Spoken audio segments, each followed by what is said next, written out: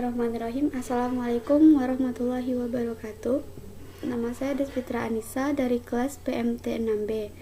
Di sini saya akan menjelaskan tentang rancangan pelaksanaan pembelajaran atau RPP yang telah saya buat sebagai ujian akhir dari mata kuliah pelaksanaan pembelajaran matematika. Nah, di sini saya telah membuat 3 RPP, yaitu ada RPP daring, ada RPP luring, dan ada RPP tatap muka. Yang pertama adalah RPP daring.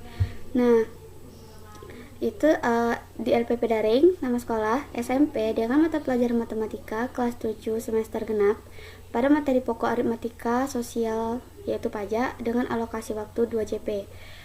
Untuk kompetensi dasar itu nanti akan sama dengan ketiga RPP yang telah saya buat, di mana kompetensi dasarnya itu ada menganalisis aritmatika sosial pajak dan menyelesaikan permasalahan yang berkaitan dengan aritmatika sosial pajak. Nah, kita masuk ke tujuan pembelajaran. Adapun tujuan pembelajarannya itu juga nanti akan sama ketiga RPP tersebut, yaitu ada menjelaskan pengertian dari pajak, menentukan rumus pajak, dan menyelesaikan permasalahan yang berhubungan dengan pajak. Nah, ini nanti peserta didiknya harus mampu melakukan semua ini, yang ketiga ini, setelah mengikuti rangkaian pembelajaran. Kemudian ada kegiatan pembelajaran. Nah, dari kegiatan pembelajaran nanti akan sama juga ketiga RPP. Hanya saja dari RPP daring, luring, dan tatap muka pada pendahuluan dan kegiatan intinya nanti akan ada sedikit perbedaan. Nah, untuk kegiatan pendahuluan pada RPP daring itu pertama, guru memberikan salam dan mengajak peserta didik untuk berdoa bersama, kemudian mengecek kehadiran peserta didik melalui grup WhatsApp, Google Classroom, atau media lainnya. Lalu guru menyampaikan tujuan pembelajaran tentang topik yang akan diajarkan, menyampaikan garis besar cakupan materi dan langkah pembelajaran. Kemudian guru menyampaikan juga penilaian pembelajarannya di Google Classroom. Lalu ada kegiatan inti. Untuk kegiatan inti itu berdasarkan model pembelajaran yang telah saya buat, yaitu yang telah saya gunakan, itu model pembelajaran kontekstual, di mana untuk pembelajaran kontekstual itu harus ada konstruktivisme, menemukan, bertanya, masyarakat belajar, pemodelan, refleksi, dan penilaian autentik. Nah, masyarakat belajar ini maksudnya itu untuk belajar bersama. Untuk penjelasannya bisa dilihat pada layar. Kemudian ada kegiatan penutup. Itu guru menyimpulkan hasil belajar siswa di grup WhatsApp atau Google Classroom atau media lainnya. Kemudian guru menyampaikan rencana pembelajaran pada pertemuan berikutnya, dan guru menutup pelajaran dengan mengucapkan salam. Di sini untuk penilaian, di sini saya menggunakan tiga penilaian, yaitu ada penilaian sikap, penilaian pengetahuan, dan penilaian keterampilan. Penilaian sikap itu ada penilaian observasi, penilaian pengetahuan adalah saya menggunakan tes tertulis, dan untuk penilaian keterampilan ada portofolio. Berikut adalah lampiran dari penilaian sikap. Di sini saya menggunakan 2 penilaian, ada penilaian disiplin dengan aspek pengamatannya ada 5, dengan skornya ada 4. Kemudian ada penilaian sikap jujur sama dengan penilaian sikap penilaian sikap disiplin tadi. Di sini juga ada aspek pengamatannya 5 dengan skornya sampai 4. Nah, untuk mendapatkan skor akhirnya itu menggunakan skala 1 sampai 4 dengan rumus skor per skor yang didapatkan per skor tertinggi dikali 4 dengan skor sama dengan skor akhir.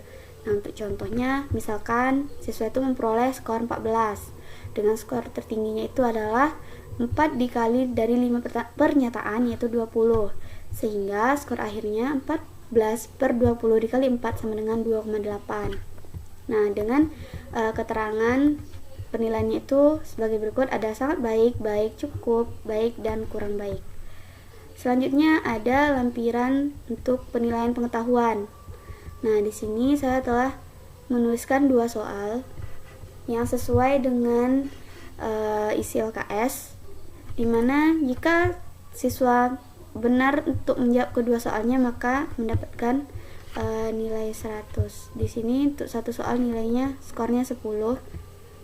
Jadi kalau betul semua maka nilainya 100. Dengan keterangan kalau kurang dari 74 maka siswa itu akan remedial, dan lebih dari 75 maka siswa itu pengayaan. Lampiran ketiga yaitu ada portofolio, penilaian portofolio. Di sini dengan instrumennya, aspek yang akan dinilai itu ada kelengkapan, ketepatan waktu mengumpulkan tugas, kerapian tugas, dan ketepatan mengerjakan tugas, dengan keterangan seperti yang ada pada layar seperti ini. Nah, untuk LKS ini adalah LKS yang saya buat, itu LKS berdasar model kontekstual. Di sini semuanya sudah sesuai dengan langkah-langkah kontekstual.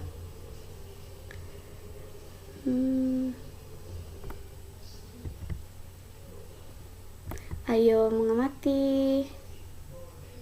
Ada juga siswa diminta untuk menemukan, siswa diminta untuk bertanya jika dia belum paham dengan materi yang diajarkan, kemudian diminta untuk berdiskusi, yaitu siswa belajar bersama. Lalu siswa diminta untuk merefleksi, kemudian diberikan latihan untuk mengetes apakah siswa itu sudah paham dengan materi yang diajarkan. Selanjutnya kita masuk ke RPP Luring. Seperti yang telah saya jelaskan tadi, semuanya sama, hanya saja pada pendahuluan untuk RPP Luring, yaitu guru melakukan home visit ke rumah peserta didik atau peserta didik yang datang ke rumah guru, yaitu untuk menjemput materi pembelajaran. Kemudian ada juga guru kalau datang ke rumah peserta didik itu mengucapkan salam dan menyapa wali kelas peserta didik, lalu menanyakan kabar peserta didik. Dan guru juga mempersiapkan bahan pembelajaran yang akan diberikan. Untuk kegiatan inti sama. Kalau untuk penutup, guru menyimpulkan hasil belajar, kemudian menyampaikan rencana pembelajaran dari pertemuan berikutnya, kemudian menutup dan mengucapkan salam. Untuk penilaian saya juga sama dengan yang tadi, yaitu penilaian sikap, observasi, penilaian pengetahuan menggunakan tes tertulis, dan penilaian keterampilan itu menggunakan portofolio. Ada seperti ini, sama. Nah, kemudian kita masuk ke RPP tatap muka. Nah, kalau untuk RPP tatap muka itu pada pendahuluan guru memberi salam dan mengajak peserta didik berdoa bersama itu di dalam kelas secara tatap muka. Kemudian guru mengecek kehadiran peserta didik secara langsung, menyampaikan tujuan pembelajaran tentang topik yang akan diajarkan, menyampaikan garis besar cakupan materi dan langkah pembelajaran, dan menyampaikan penilaiannya di depan siswa. Untuk kegiatan intinya itu sama saja, yaitu dengan menggunakan model kontekstual, dimana kalau untuk tatap muka itu dilakukan secara langsung bersama siswa. Penutup sama juga, yaitu guru menyimpulkan hasil belajar, menyampaikan rencana pembelajaran pada pertemuan berikutnya, menutup pelajaran dengan mengucapkan salam.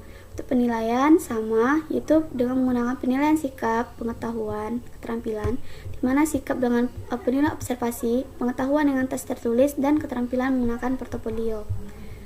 Nah, lampiran ini adalah lampiran dari penilaian. Semuanya sama. Ini adalah LKS. Nah,